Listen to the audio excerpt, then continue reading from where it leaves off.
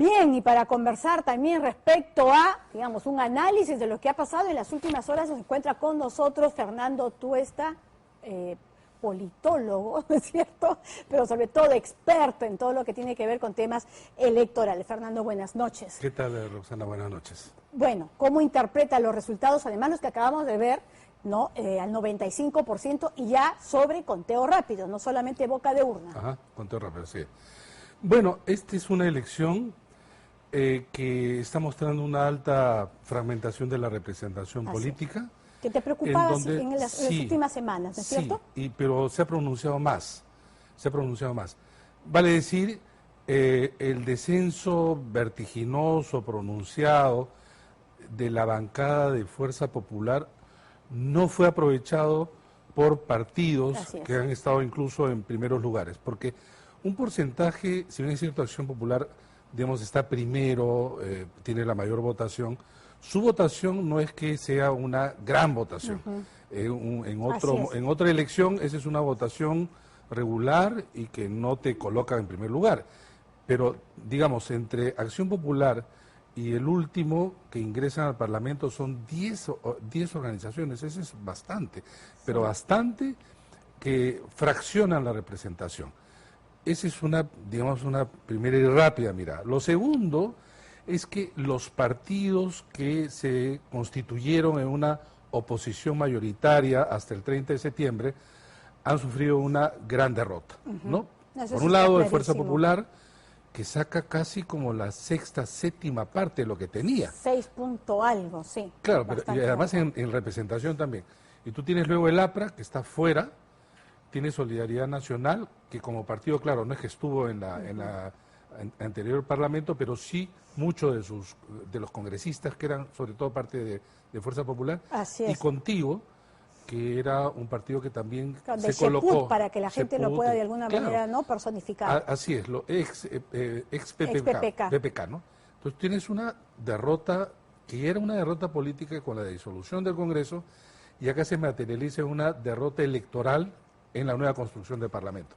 Pero por otro lado, tenemos un partido como el Partido Morado, que es un nuevo partido, el único partido nuevo, que dicho sea de paso, los acontecimientos de los últimos días no lograron, parece, mellar, digamos, el porcentaje en consecuencia de los escaños que ganan, pero también, Roxana, la derrota de partidos tradicionales importantes, como el caso del APRA, el caso del Partido Popular Cristiano, ¿no? Claro. En contraposición a Acción Popular, que claro, la incógnita es un partido que tiene casi como 5 cabezas.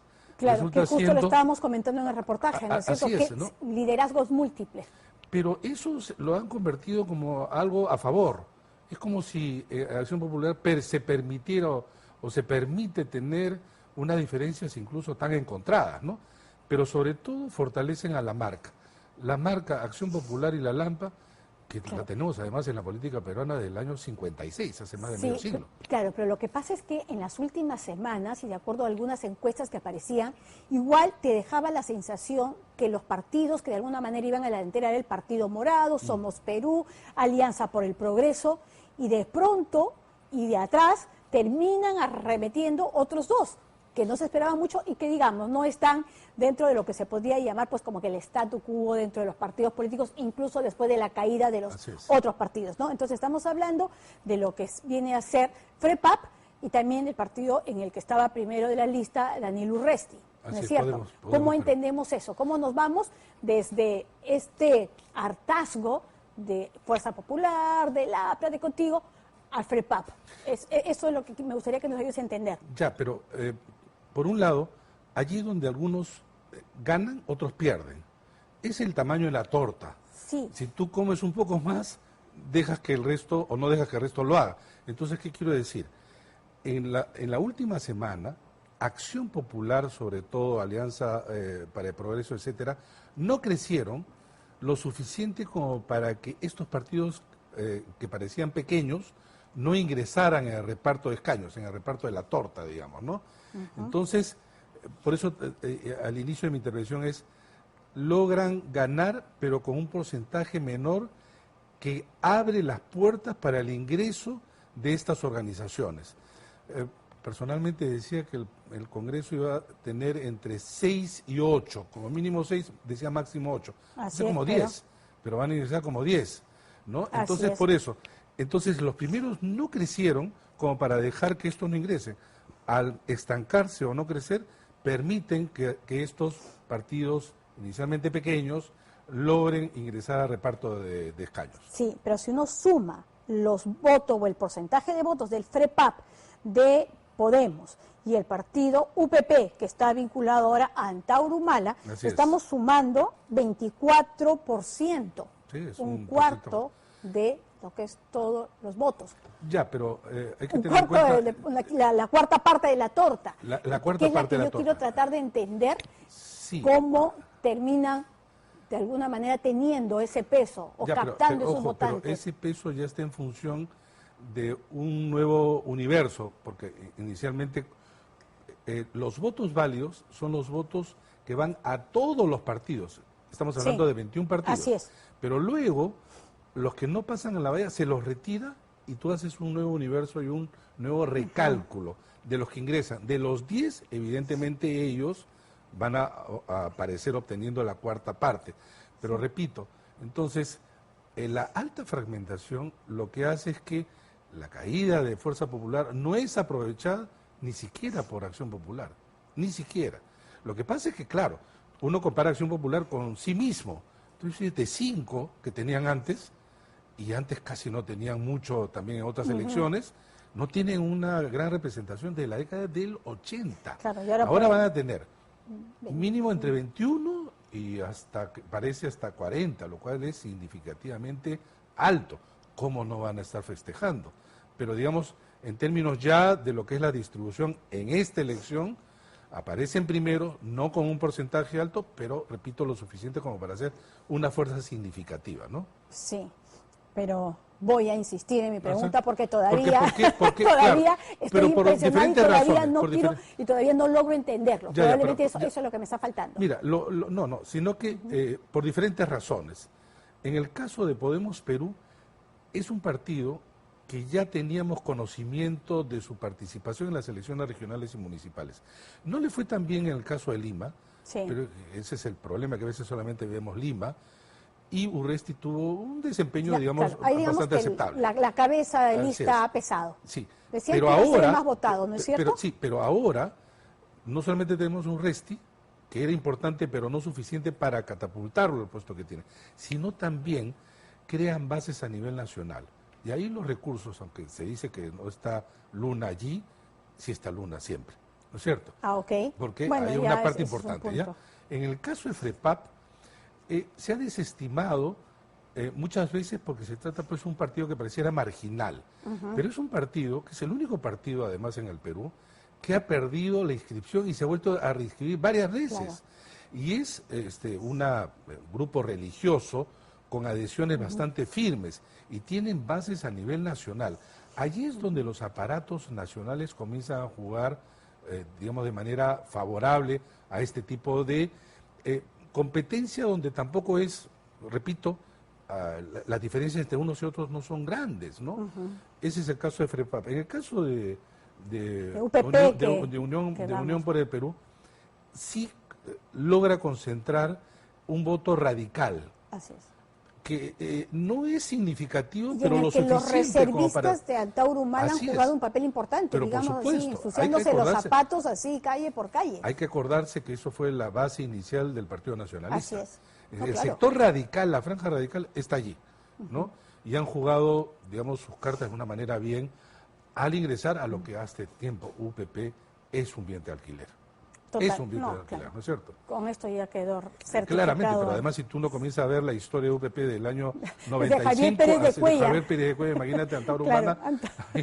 Vamos, que ha recorrido un techo bastante accidentado. Largo, ¿no? ¿Qué tal si escuchar Alianza por el Progreso esté y tenga curules en el Congreso de la República para que llegue? Los 3 partidos que tuvieron buen desempeño en las elecciones regionales y municipales del 2018, con Acción Popular, Alianza para el Progreso y Podemos Perú. Se está reafirmando esa votación. Y no le falta razón a César Acuña al hacer el listado de los triunfos que han tenido a nivel de provincia al interior del país. Así es. Muchas veces las encuestas subrepresentan el interior del país, ¿no?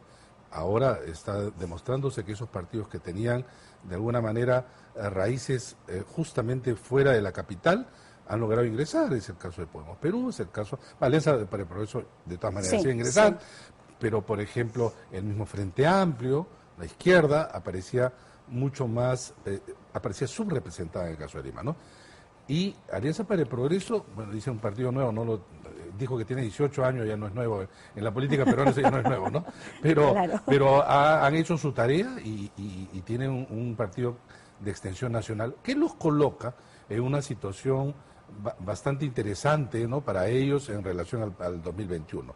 Estos partidos son claves de cara al 2021, ¿no? Claro, además en el caso de ellos están trabajando bastante en el interior, ¿no? Mucho, en realidad. Bueno, hay quienes señalan incluso que donde hay una universidad así es casi como tener una sucursal del partido, pero todavía tendrá que... Los partidos firma, ¿no? Que se basan en una red establecida ya que la universidad ha obviamente soportado en el sentido de soporte, ¿no?, organizativo de este partido, ¿no? Y como para concluir, ¿cómo has observado en todo caso el desarrollo de este proceso, que ha sido corto, que ha sido atípico, pero respecto incluso al papel que jugó el jurado electoral especial, el Jurado Nacional de Elecciones, con tantas exclusiones?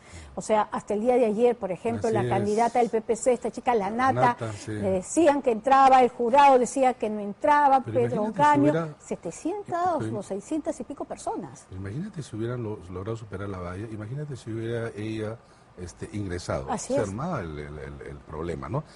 Sí, mira, este es un proceso evidentemente corto porque la propia Constitución señala que es corto, porque entre disolución y elecciones debe haber no más de 4 meses, y los 4 meses se cumplían el 30 de enero, por lo tanto el último domingo era ahora, el 26 de enero, ¿no?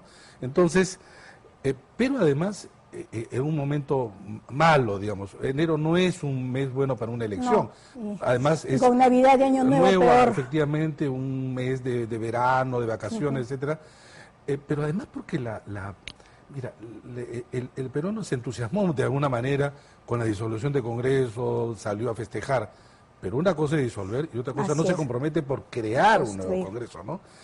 Y lo que tú señalas de manera pertinente, este papel que cada vez más estamos observando en elecciones, vale decir, el tema de discusión ya no son las propuestas, los programas, sino si es que los excluyen o no los excluyen, y en algunos casos de manera, yo creo, violatoria de los derechos fundamentales, que es el derecho a participación política. Los formalismos en que se comprometen algunos jurados electorales especiales, yo creo que violan, repito, el derecho a participación política y crean un manto, digamos, de inseguridad para los candidatos, como claro, ha dicho hasta el día claro, último. que podría ¿no? llegar incluso a llevar estos casos a otras instancias, ¿no De es cierto? todas maneras, o sea, yo creo Sobre que todo por la cualquiera de los cantidad. candidatos afectados, imagínate que te excluyen, luego te dicen que sí, luego te vuelven a decir que no. ¿Cómo haces una El campaña? mismo Resti ha tenido que estar un De poco la en misma eso. manera, de la Así misma es, manera, ¿no? Así es. Y ahora sí, para cerrar, porque tú tienes que saber más que otros, ¿cuándo crees que estén los resultados, por toda tu experiencia? Mira, Y sobre todo con miras a cuándo se va finalmente ya a constituir, ¿no? así es, Iniciar instalar. sus actividades de instalación del Congreso. mira, generalmente se han demorado para entregar resultados finales como un mes. Claro, con Pero impugnaciones y todo. ahora, como no hay elecciones presidenciales ni Parlamento andino, no debiera ser más de 3 semanas. Pero luego tienes que hacer entrega de credenciales, instalación, etcétera. El Congreso se va a instalar a mediados de marzo. Pero ¿sabes qué? Es necesario que las voluntades en diferentes instancias se conjuguen para que en realidad esto sea lo más pronto posible, ¿no? Pero no hay fechas en nuestro país, lamentablemente, para este tipo de cosas. No hay plazos perentorios, que debiera haber.